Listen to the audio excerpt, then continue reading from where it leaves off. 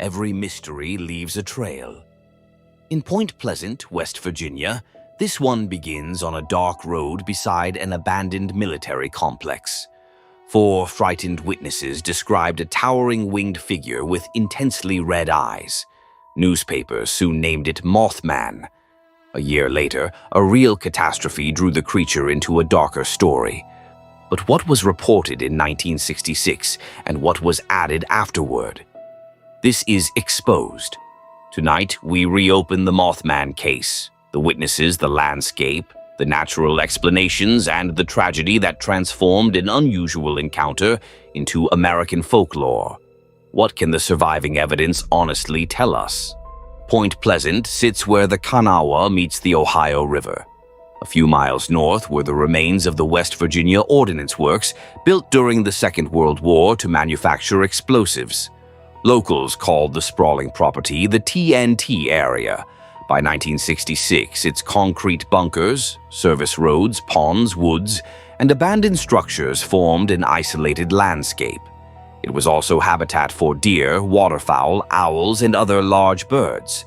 At night, headlights flatten depth and shadows conceal familiar shapes.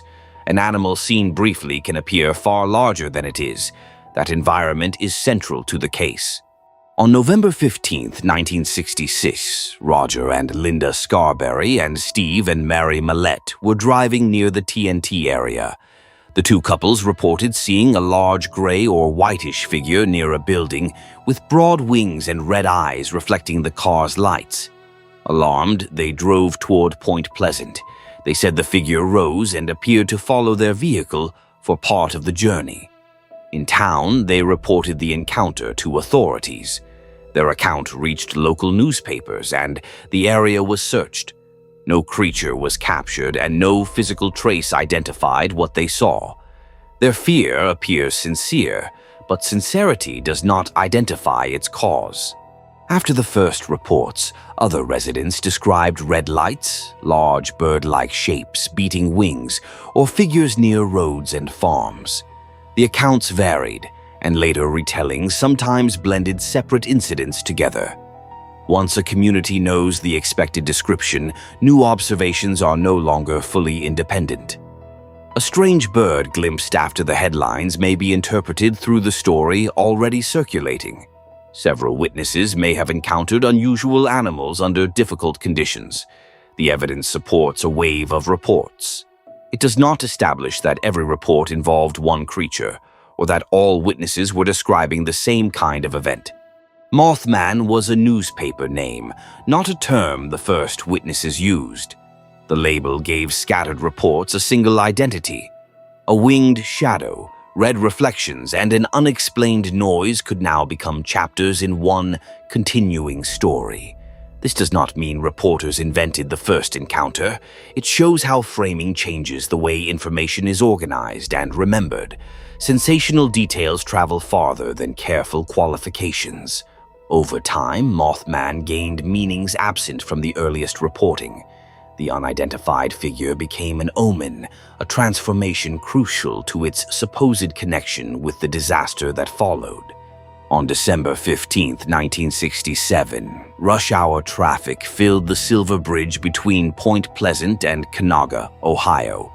The suspension chain failed, and the bridge collapsed into the Ohio River. 46 people died. 13 months after the first Mothman report, the disaster drew the two stories together. The creature became a supposed warning. But proximity in time is not proof of prediction or causation. The bridge disaster should not become scenery in a monster tale. It was a real engineering failure that killed real people. The evidence leads not to the sky above Point Pleasant, but to a hidden weakness inside the bridge's steel suspension system.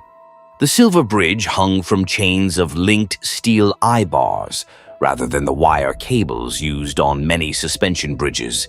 Investigators traced the collapse to a fracture in one critical eye bar. A small defect grew under years of stress and corrosion until the metal failed. The design had too little redundancy. When that component broke, the chain separated and the structure could not redistribute the load. The conclusion came from recovered metal, bridge plans, and the failure sequence. No evidence links a winged creature to the disaster. Whatever people saw around Point Pleasant, the reason the bridge fell is documented. The initiating weakness was difficult to detect, but it was mechanical, not supernatural.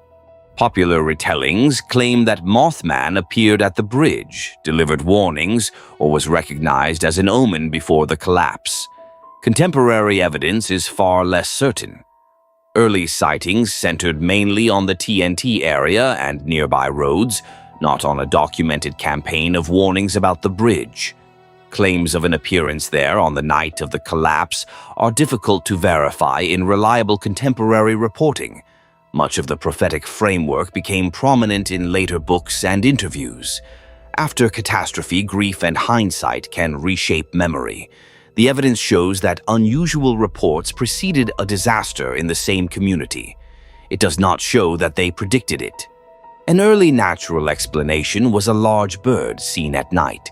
Suggestions include sandhill cranes, herons, owls, or several ordinary animals interpreted through fear. A sandhill crane can stand several feet tall and has a broad wingspan. Owls provide another possibility. Their eyes reflect light strongly. Their flight can be surprisingly quiet, and a close bird against darkness may appear much larger than expected. Headlights can create intense eyeshine while concealing the body. No species perfectly explains every account, perhaps because the reports had different causes. The bird hypothesis cannot prove the encounter, but it requires fewer assumptions. Human perception is not a camera, especially at night. The brain combines incomplete sensory information with expectation, favoring a fast interpretation over a careful measurement of distance, height, and speed. Stress intensifies that process. After the story entered the news, residents knew to watch for red eyes and wings, making ambiguous observations easier to classify as Mothman. This does not insult the witnesses. People can be honest and still mistaken. The most realistic explanation may involve several causes: a sincere initial misidentification, later wildlife encounters, anxious interpretation, publicity, and exaggeration around the edges. A legend can grow without anyone consciously inventing the entire thing. John Keel's 1975 book, The Mothman Prophecies, popularized a wider narrative of omens, strange communications, and paranormal events. A 2002 film brought that version to an even larger audience. These are real parts of the story, but they make it harder to separate the 1966 evidence from later mythology. Mothman is now an alleged cryptid, tourism symbol, internet character, and community story. Folklore reveals what people fear and remember, but it answers a different question from zoology or engineering. The legend's growth is documented far more clearly than the creature itself. 4 named witnesses reported a frightening encounter near the TNT area on November 15, 1966, and other reports followed. No clear photograph, body, feather, track, or biological sample established an unknown creature. Large birds, darkness, eyeshine, stress, publicity, and memory provide plausible explanations, though no reconstruction can prove exactly what each person saw. The Silver Bridge fell because an eyebar failed within a dangerously non-redundant design. Evidence does not support Mothman as its cause or as a verified prophet of tragedy.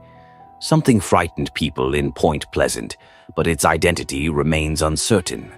Mothman endures because an unexplained night, a wave of testimony, and devastating loss fused into one story. Proof was never found. Uncertainty was, and uncertainty can outlive almost anything. The absence of proof does not make the witnesses foolish. It keeps the case between an honest experience and an explanation history can no longer test. The evidence ends here, but the mystery remains. Thank you for watching Exposed.